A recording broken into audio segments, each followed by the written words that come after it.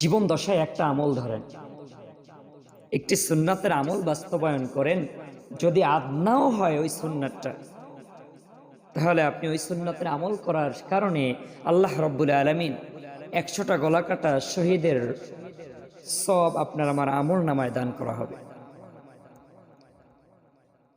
সুন্নাতের আমল সম্পর্কে যদি বলতে যাই, আপনি আমি যে মেসওয়াক করি, এই মেসওয়াক রাসূল পাক সাল্লাল্লাহু আলাইহি ওয়াসাল্লামের যখন জান কবজ হবে এর আগ মুহূর্তে হযরত আয়েশা সিদ্দিকা রাদিয়াল্লাহু তাআলা আনহুর কাছ থেকে মেসওয়াক চেয়েছিলেন এবং আয়েশা সিদ্দিকা রাদিয়াল্লাহু তাআলা আনহু নিজের দাঁত ধারা, দন্ত মোবারক ধারা ওই মেসওয়াক চিবিয়ে দিয়েছিলেন।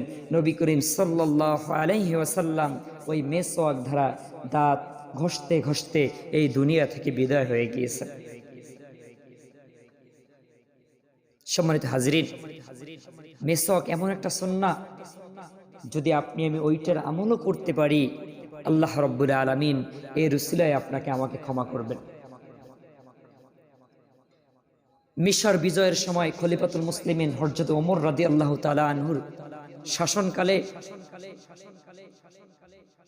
যখন মিশর বিজয় করবেন এক আগ মুহূর্তে হযরত সাদ ইবনে আবি ওয়াক্কাস রাদিয়াল্লাহু তাআলা আনহুকে সেনাপতি করে, লিডার করে মিশরের ভূমিতে পাঠিয়ে দিলেন।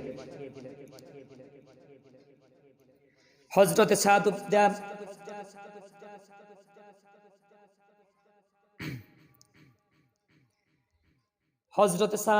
ইবনে আবি ওয়াক্কাস রাদিয়াল্লাহু তাআলা আনহু সৈন্যদেরকে নিয়ে মিশরের ভূমিতে অবস্থান করতে লাগলেন। দিনের পর দিন হয়ে গেল, মাসের পর মাস হয়ে গেল, দীর্ঘ একটি মাস যাবত ওইখানে অবস্থান করলেন। কিন্তু যেই স্থানে বসে যুদ্ধ হবে ওই স্থানের দরজাটা মিশরের মানুষজন, মিশরের সেনাবাহিনী, মিশরের সৈন্যরা ওই স্থানের দরজা খুলতেছে না।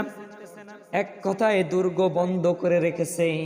এইদিকে মুসলমানরা অপেক্ষা করতেছেন।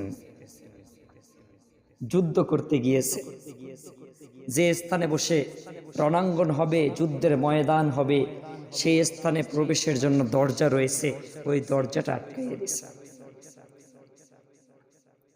দীর্ঘ একটি মাস অপেক্ষা করার পরে ওই খ্রিস্টান ইহুদিরা মনে করেছিল, মুসলমানদেরকে যদি এইভাবে আটকাইয়া রাখতে পারি তাহলে ওরা খাদ্যের দ্বারা কষ্ট পাবে, পানির দ্বারা কষ্ট পাবে, অনাহারে একদিন একজন করতে করতে অনাহারে ওরা মৃত্যুবরণ করবে, আমরা অনায়াসেই বিজয় অর্জন করব।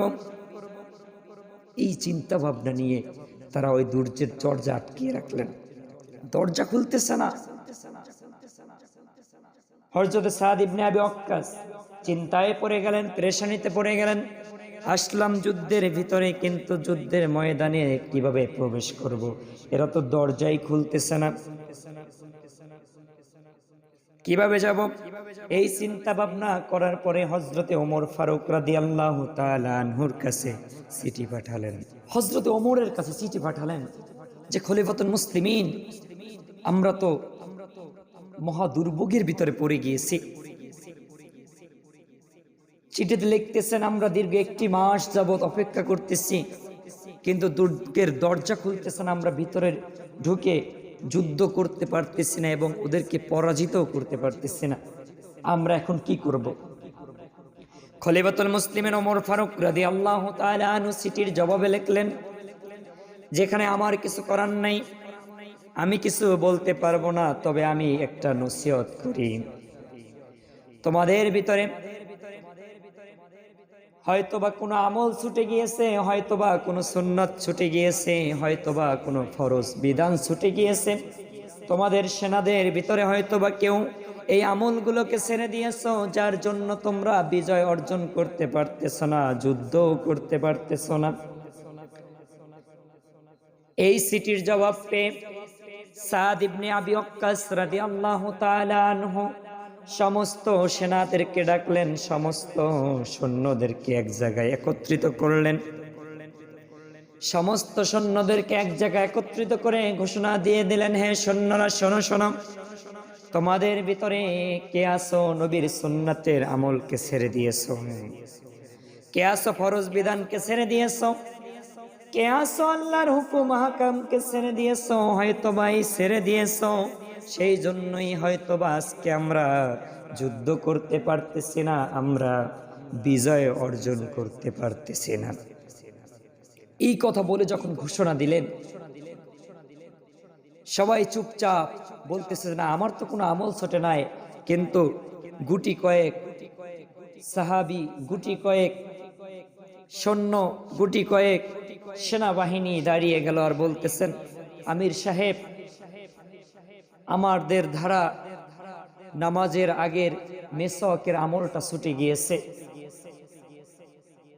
দীর্ঘদিন হলো মেসওয়াকের আমলটা করতে পারতেছি না। হযরতে সাদ ইবনে আবি ওয়াক্কাস এই কথা শোনার পরে ঘোষণা করে দিলেন, হে সৈন্যরা শোনো শোনো, কালকে ফজর থেকে, ফজরের নামাজের আগ মুহূর্ত থেকে শুরু করে যতদিন এই জায়গায় অবস্থান করবা ততদিনই মেসওয়াক করবা।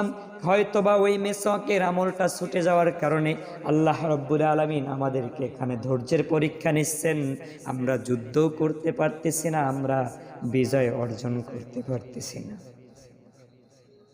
মেসওয়াক, যেটা আপনি আমি তুচ্ছ তাচ্ছিল্য মনে করি, পরদিন ফজরের আজান হয়ে যাওয়ার সাথে সাথেই সমস্ত সৈন্যরা গাছ তালাশ শুরু করতে লাগলো, গাছ তালাশ করতে শুরু করতে লাগলো। যেখানে যায় ওইখান থেকেই গাছের ডাল ভেঙে নিয়ে আসতেছে। এই ঘটনা যখন নিজ চোখে ইহুদি খ্রিস্টানরা দেখতেছেন আর বলতেছেন, হায় হায়, এতদিন তো মুসলমানরা ভালোই ছিল, আজকে কেন আবার গাছের ডালপালা ছিঁড়ে ছিঁড়ে খাচ্ছে? হয়তোবা ওদের দাঁতে ধার দিচ্ছে, আমাদের উপর হয়তোবা আক্রমণ হতে পারে।